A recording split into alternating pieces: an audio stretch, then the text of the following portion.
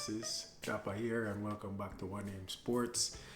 Today I'm just going to bring information about the best midfield options to partner Kobe Mainoo going into next season. Now that Cassidy has left, a lot of the options I'm talking about today, they're gone off the table.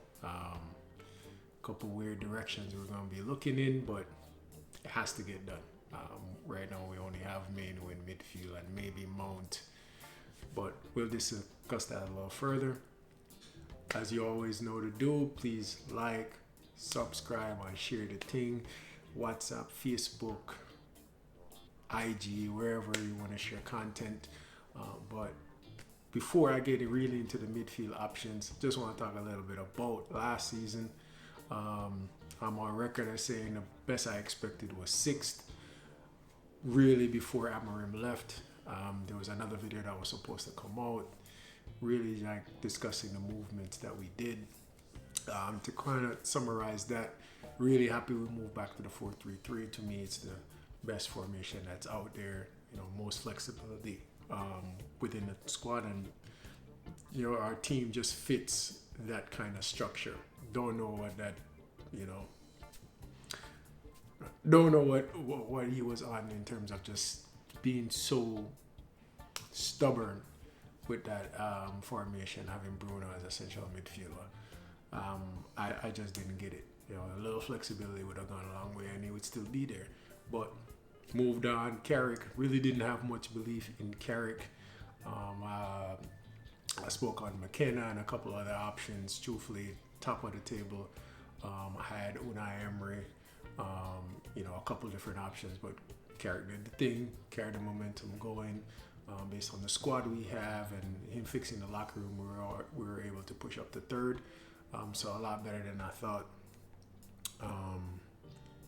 before the season started. That being said, there was a kind of reliance on set pieces, kind of reliance on Casemiro on those set pieces, which I really didn't like. As documented, and the reason for the video, we don't have no depth at all throughout the squad. Now looking into how we're going to fix that, of course, most of the goal was for Barada and the board was to look at proven players, just like we did last year with our forwards and wingers. That can't work. The prices they're saying for some of these players is crazy. So we're gonna have to pivot in another direction. And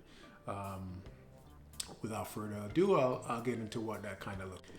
All right, to me, we love using profiles. If you're used to FIFA or anything like that, Football Manager or whatever, we got certain archetypes that we're putting these players in. So I'm gonna use 3 main ones for my central midfield. I'm not really worried about Bruno's attacking midfield position. So we have what I like to call a connector. So they're the kind of like Cesc Fabregas. Mainoo falls into that category for me within the squad right now. Basically, all they do is just kind of keep the ball moving. A little pass here, a little pass there, maybe a little creativity, maybe a little drive. But their job is to move the ball from the defense to the attacking midfielders and the wingers. They're not really end product or anything like that, just kind of keeping the thing moving. In front of them or beside them, another profile I look at is the destroyer.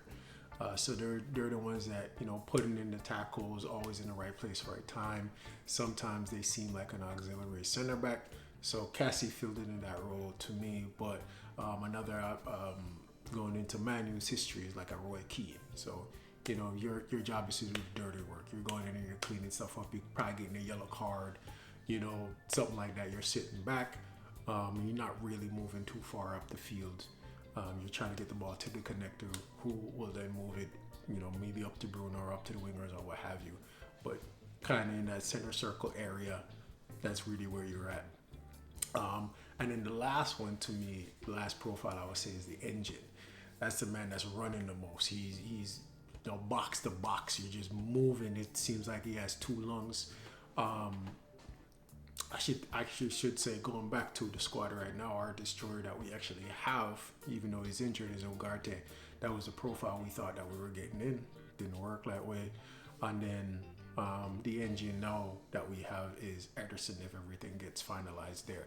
So those are kind of the three profiles that I see with Manu and what we kind of do. Truthfully, I wanted 3 midfielders, one of them being a direct swap for Ugarte, but Ugarte is staying because he's injured, so we still need 3 midfielders. But let's start off with the connectors. So as I said before, the main one that we have in the squad right now is Manu. The other players that kind of fit that profile to me that are out there, Alex Scott. They're talking about 80 million. Bournemouth are talking about for him. He's too similar to Manu, and he's not better than Manu, so I don't really see a need to get him. Some of the tacticals and people online were talking about, get similar profiles like what PSG did. 2 similar kind of structure, but they're not the same players. Vitinha and João Neves are not the same players. Vitinha is a connector, moving the ball, tick-tack-tack, 90, 100 passes, 130 passes a game, while João Neves is kind of a mix between an engine and a destroyer. He's the one that's going to be putting in the tackle, running up and down the field. So even though they're the same stature, they don't have the same role. I feel like Alex Scott, from everything I've seen, is the same roles, same limitations. He might be a little bit more athletic in terms of how he can run with the ball, but yeah, I've never seen a great long pass from him. I don't really see him being that creative, so I don't really see the based on the other targets we have, he was maybe 4th or 5th on the list, and he doesn't seem worth it to me. Manu is a guy I want to be playing 40, 50 games, and like for like in that scenario don't make no sense. Next one from the World Cup that we're seeing is Buaudi, 18, probably going to cost 60 million. No, sorry. Bruno Guimaraes, we were linked with him before. It was either him or Tonali. With Tonali getting sold, Guimaraes is not leaving. He was also, Arsenal was trying to do a thing with that. So you're looking at 60, 70 million from Newcastle, who just sold Tonali, competed with the defending champs. Sorry, no. Angelo Stiller, at this point, as we'll discuss later in the video, this point, he's more of an option that I would like. Don't really trust the German league like that, but he's a nice, tidy player and cheap for the price point. So he's an option. We have Lamine Camara, again, that same kind of smaller stature. I say the difference between him and Stiller is Stiller has more of a passing range. I'd call him more of a distributor in that, but Kamara is nice. Again, same profile to Manu, so I don't know about that, but for the price, why not? And then the last one, the one that I would actually really consider because he has a little X factor of getting you assists is Wharton. Problem is with Wharton right now, London knows he would have been the 4th or 5th option on our list, not somebody we really pursued. Coming off the fact that they won the Conference League, Palace is going to want premium dollars, and for maybe a 6th, 7th choice midfielder to be putting up 80 to 100 million based on the new market that just got established with City, it don't really seem worth it. But I'll take Wharton. I always love Wharton. He got that extra little X factor. I don't know if a pivot with him and Manu work, but quality is quality. He has that carrot passing range. All right, moving back now to the destroyers. As I said, we just lost Cassie and we had Ugarte. So this is, to me, is our biggest hole in the team. This is what we really, really want to replace. Somebody's going to do the dirty work. Stay and communicate with our center backs. Drop in if need be. Ideally, even though they're not out there, but ideally, if you could be an aerial threat, yada, yada, yada, but that's more of a premium on top of what we really want them to do. The main guy that we were targeted with and, had a little, a little too much confidence that we were going to be able to get was Mateus Fernandes. You can say kind of misprofile him, but he he's not really that much of a goal threat. He's not really that much of a distributor. He's kind of more all around. So that's why I kind of threw him in here. But yeah, just somebody that's going to sit deeper than Manu, move the ball around, do the dirty work. All of those things. He was great for the profile of what we need. He'd have been a great partner for Kobe for the next 5-10 years if he stayed healthy. But Spurs are determined to not repeat what they did for the last 2 years. The problem is my man is coming off back-to-back relegation, so it ain't really a good sign. But broke their own transfer record twice in 2 days. So, and with the next guy I want to talk about, which is Tonali. Now, Tonali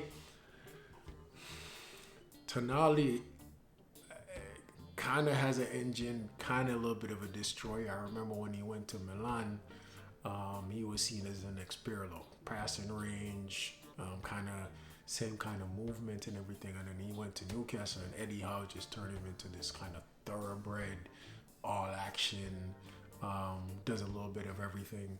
So, between the two of them, would the price come up to 185 million? I don't think they were worth that, but we lost on them, both of them, which were, you can tell, like, that's where most of our concentration was. So that's what we really wanted to fix. The next person that we're kind of linked with is Tuchemeni. That's not realistic to me unless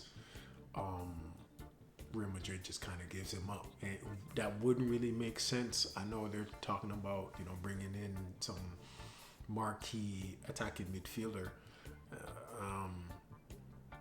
but so they'd bring in, let's say they bring in Olise, or they bring in, I'm not even gonna say his name, but so would you move Bellingham back to central midfield in order to facilitate this new attacking midfielder? But Bellingham's not a CDM, so you do that and lose the best CDM in the game. I don't really see it. Don't really make sense to me. I know Real Madrid are kind of strapped for cash, but it's not a smart move when your other option is Camavinga. And Camavinga's been injured. The fans have been booing him. It doesn't make any sense. And even on the Man U side, for the money that we'd spent on him, I guess it'd probably be around what Spurs spent on Mateus Fernandes. He's 5 years older. Yes, he's the best in the game, but also we'd have to give him Tonali's wages. So 300K, 26, better profile. So it's I'm kind of mixed on it, but I still don't think it's realistic. The other option that we were actually linked with that people forgot about, and he just kind of slipped onto the table, was João Gomez. He was at Wolves last year. We were talking about him for 40, 50 million pounds. Would have been a cheap option, but I believe Atletico picked him up. We disassociated with him because he got relegated with Wolves, and they were pretty bad. And then the last option is Sangare. I believe, he's at Lens. He's kind of like a baby version of Tuchemeni. Same kind of height, mobility, those things, but he's a little raw. So he's more of the Tuchemeni that was at Monaco, not. And again, he's a little shorter, he's a little less built, a little less on the distribution, a little less engine, a little less, you know what I mean? So, and he's a cheaper option. He has no European experience. Lawrence just had a great season last year. So it's a risk. It's a cheap risk, and that's probably somewhere we're gonna have to go. But yeah, that's all I have on the destroyers. Last profile is the engines. As I said, box to box killers. They're the ones that's just running all day, running for everybody, never leaving the field because of the energy that they're bringing. Best example, is N'Golo Kante, that guy that will run forever, and that's kind of what Edison is kind of brought in to do, just because of how I wanted to break that up.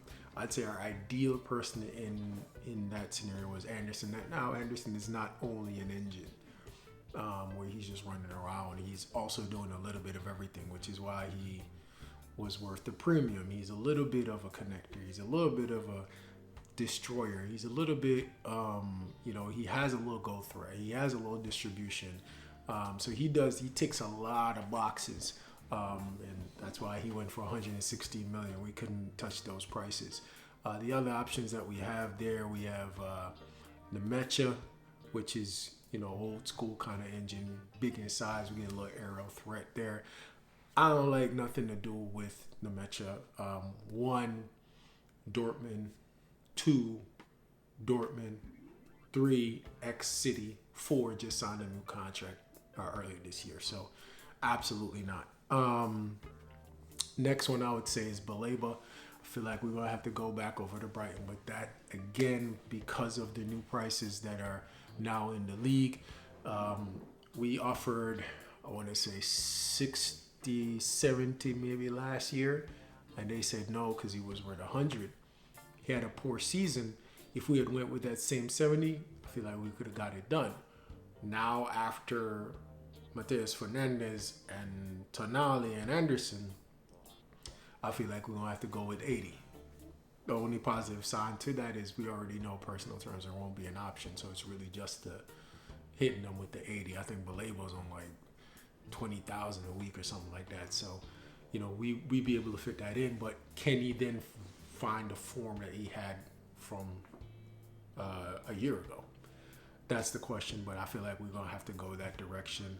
The next one that we were linked with is Camavinga. Now, nobody wants the leftovers, and I think he has come out and said that he doesn't want to leave Real Madrid. I like Camavinga. I remember when he was leaving Royan, we were in to get him then, but he went to Real Madrid and, blah, blah, blah, blah, blah. He's had a tough last 2 years. Didn't make it to the France squad. It's bad, but also there's a positive in the fact that he's going to be really fresh for next year if he's, fully healed of everything. So he'd be able to play more games, hopefully, something like that. If we can convince him, cool. I just feel like on the wages, because he doesn't want to leave, we're going to have to pay him like we pay Bruno, and I'm not in for that. We're trying to stick to a certain wage structure, and it's going to require some discipline. I'd prefer, let me put it like this. I prefer if we go with the cheaper, before I do that, last person that we were linked with, I don't really put anything into this, but it's James Garner back, former Academy grad, went to Everton, had a great season last year for Everton. They're saying bring him back in, make him do a thing. I don't really like going back to X's, so I'll leave that alone. Going back to the Camavinga thing I was saying,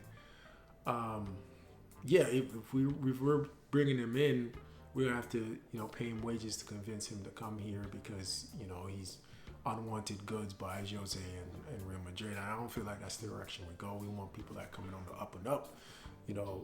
We did so well with Šeško. We did so well with Cunha and Mbeumo, players that were up and were ready to take the next step, and their profile so well, and that's the reason I feel like they had that success that they had with us. So I really don't want somebody that's feeling like they're taking a step down. You want people that want to come here, that want to play for the badge, so that's the goal. As I said, right now, if I could pick one from each of the profiles, so I'd say Baleba. Sangare would be the kind of wild card, and then Wharton. So we're back to Baleba and Wharton again. I don't know how highly our, recruiting board have them on the list, and if they think they're worth, what it'd be 150 million between the two of them. And that's kind of the situation that we're in right now, even though people are not going to look at the wages. But if we paid 80 million for Baleba and give him 150, it's still less, or it's worth it to me, even though people going to argue, oh, why we ain't paid the same 80 and get Mateus Fernandes. Well, one, he doesn't have a double relegation on this thing, but we're paying him less in wages. And the same thing goes for Warren, but I feel like with Warren, we'll probably have to go up to, 200 because he has that, the London and English. So we'll see. Those are the options that I'm thinking. Drop your comments in the drop your suggestions in the comment section below. I'm a little rusty, my bad. And let me know if there's any other option I missed. I'm trying to think really out there. Yeah, there's not much, man. Not much. It's been a crazy week, and even in the World Cup itself, it's really been the established stars that are doing what they're supposed to do. There hasn't been anybody other than Buaudi that are like, ooh, okay, this player right here has earned a big move through their play in the World Cup. So feeding for scraps, but that's why we pay our recruiters and our agents and our scouts. So let's see how it go. Glory to them. But again, like, subscribe, share the thing, WhatsApp, IG, Facebook, wherever you share content, drop it in your group chat, and I'll keep dropping the videos. I said that the last time, but yeah. Last thing, for anybody that stays this long, I had a Reggae Boys video. I'm looking at the notes right here. But I was so mad that it would have been a nice video. But I'll see if a little bit further removed, I can put it together. But we'll see. If I get 10 likes on the video, I'll drop it. 1.